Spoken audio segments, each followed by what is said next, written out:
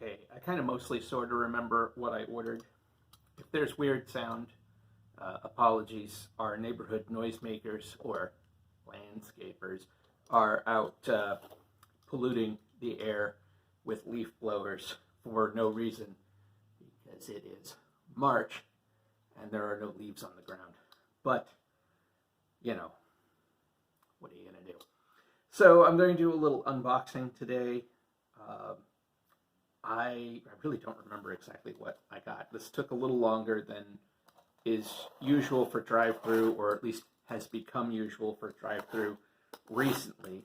I don't know if it's in part because I ordered it on a Saturday, but it did seem to take a little longer. There was also some tracking issues. I think that was mostly with the USPS, where it was clearly on its way. Oh, first time I've had paperwork from them for quite a while. It was clearly on its way, but kept showing up as no information. So, anyhow, what do we have? What do we have? Oh, so I won't go into my usual about how I don't like D&D, but I do like their modules. Here is Lost Caverns of Sojkant, perhaps. I'm not sure. I've heard positive things about this one. I think Seth Gorkowski did a review on it that made it sound interesting. It sounds like the kind of thing. Oh, I do like the maps. It sounds like the kind of thing I'm going to be able to raid fairly easily for Dungeon Crawl Classics. I am making actual progress. Well, I don't know. I'm making what I feel like is actual progress in, it has a lot of creatures in it, which, you know, again, can translate over pretty well. But in trying to put together a sort of an open table Dungeon Crawl Classics game that I'm going to try to get together at some point in the future. I miss in-person gaming, and while I understand, and believe me, I understand and do take seriously the fact that, you know, the pandemic, while, you know, it's still happening, it's still out there. I'd rather not get sick. I'm boosted. I've got all my 5G implanted and my government surveillance and everything like that because, you know, they weren't already surveilling you on your phone, so you got to worry about the vaccine. Idiots. So I'm all set with all of that, but I'm still trying to take it seriously. However, I really miss in-person gaming. I got back into the hobby in 2019, and then the world fell apart. And I just really want to get back to seeing people again, and so I'm going to try that. So, also, I picked up Hero Kids. So, if you're somebody who knows me, you know that I'm not really a kid person. I realized at one point that I never spent any time around children. I barely spent time around children when I was a child, and as an adult, a teen and adult, I really did not spend any time around children. And I don't have any children, but a lot of people in my wife and I's social circles have children, and we're friends with a lot of people who are on the nerdier side of things. Not always necessarily gamers specifically, but, you know, scientists, science fiction fans, literature, I believe professor, all kinds of people who are really smart and into nerdy crap. And a lot of them now, several of them anyway, have kids, and some of them are having kids. So I have thought at some point I may want to try to introduce some of them to this hobby that I love so much and that maybe they will enjoy. And so I was looking for different games that were appropriate for children. Now, I think back to my own youth, and when I got into the hobby, it was with basic role-playing. I was maybe 11 or 12. I really can't remember, but I was in that range, like 10 to 12, we'll say.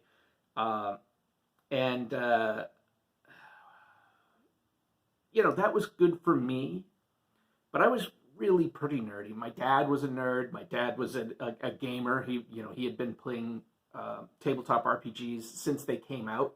He had been, I think he had played Chainmail before Chainmail got the house rules that became Dungeons and Dragons, and then it switched. He and his group had switched to BR, basic role playing, fairly soon after it came out. I think with RuneQuest in the late '70s, and anyway, he showed me how to do the games, and that was great for me. But sometimes, I don't know, something maybe a little more kid friendly, I think is a good idea.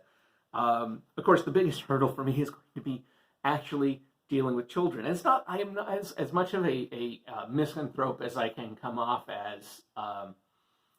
I don't actually dislike children. I mean, there are some children I don't like, and I don't like hordes of children, like when I worked in retail and had hordes of children coming in and yelling, because I'm not a big fan of people yelling. But I actually don't mind children. I'm just very nervous around them because I know how off-the-cuff things that were said in my presence as a child still fester in the back of my brain, shaped, weird aspects of my life, some of my bizarro, hang-ups and neuroses and things like that came from just what I'm sure were not intended to be deeply meaningful things that adults said to me at formative times in my life.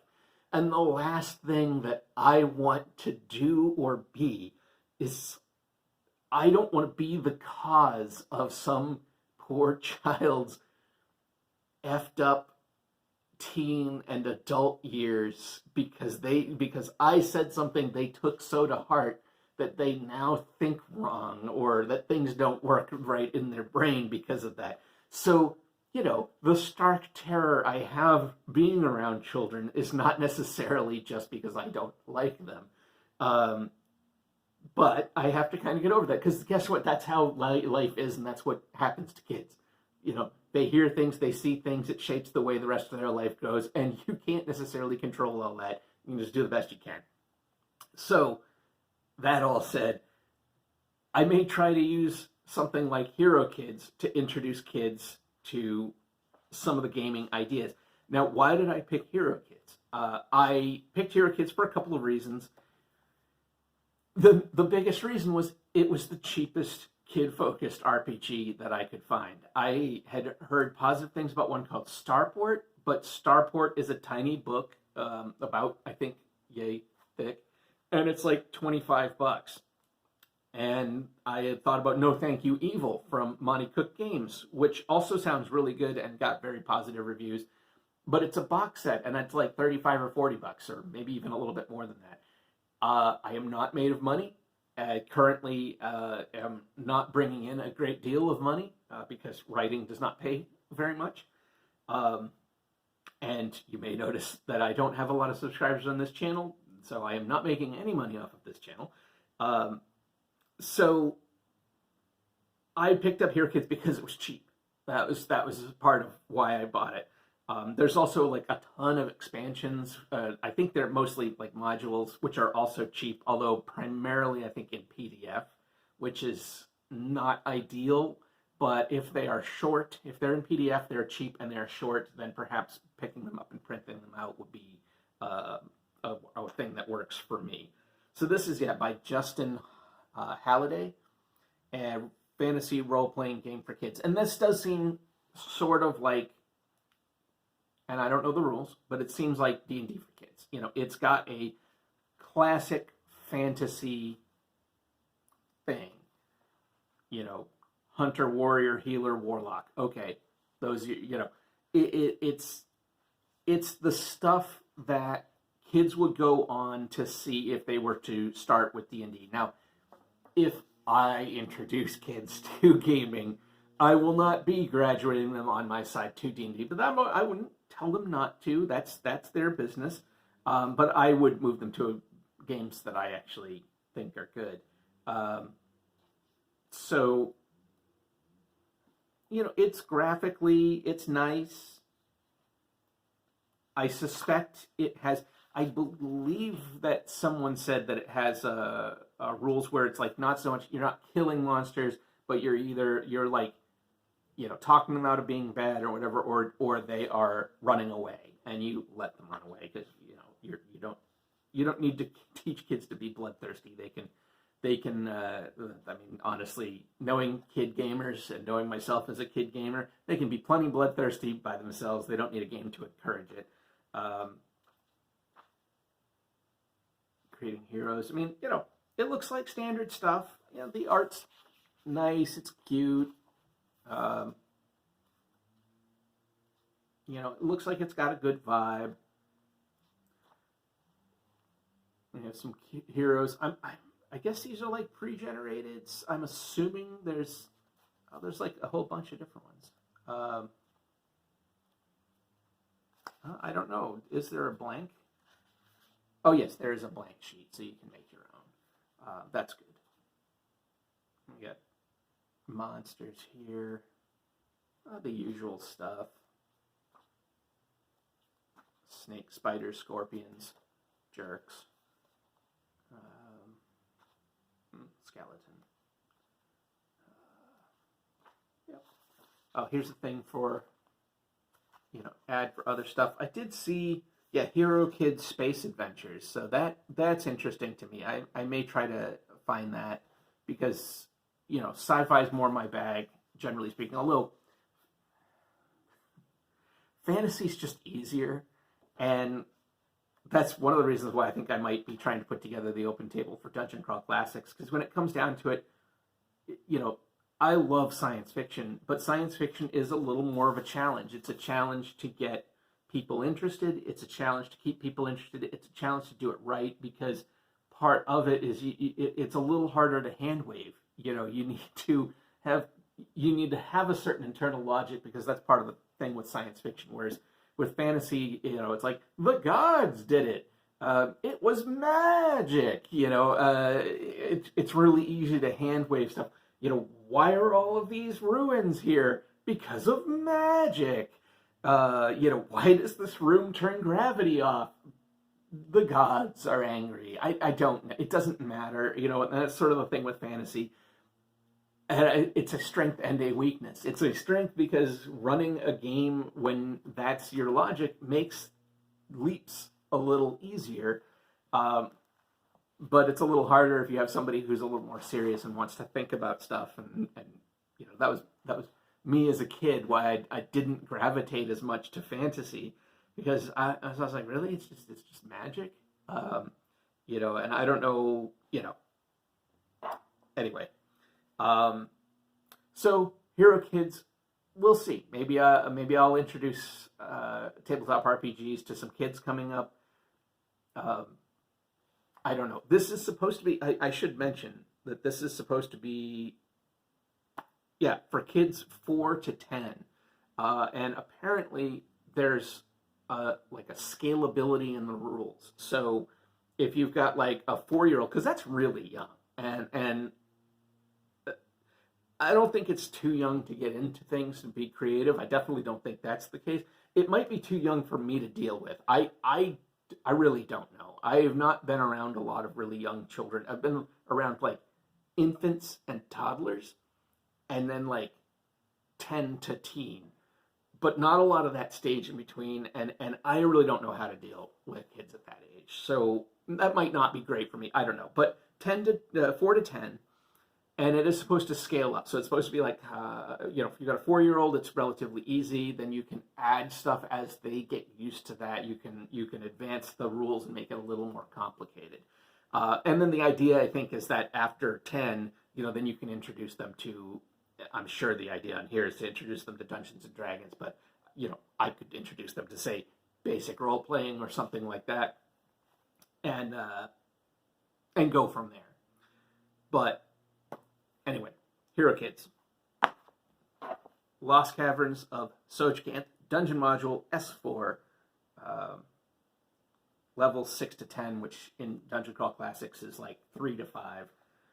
I don't remember what this is about. I really don't. I mean, obviously some Lost Caverns, you know, but I'll check it out. And I think that originally it was like 2 books, so like probably you had the maps on the back of the cover. That was pretty common, having the cover separate and then 2 paper stapled together books inside.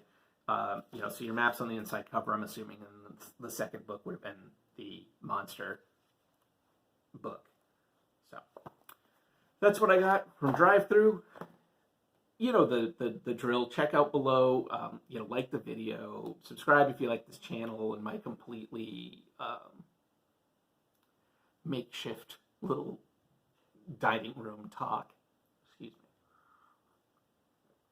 Oh, that's some good tea. And check out my links below. I have a new thing. I have a wish list from Amazon. If you ever felt like getting me a gift, it's almost my birthday. Actually, by the time this video posts, it will probably be after my birthday. But, you know, my Patreon's down there and my author page. If you want to throw any money my way, that'd be swell. Because, yeah, money is not something that writing gets you. So, there we go. Take care, everybody.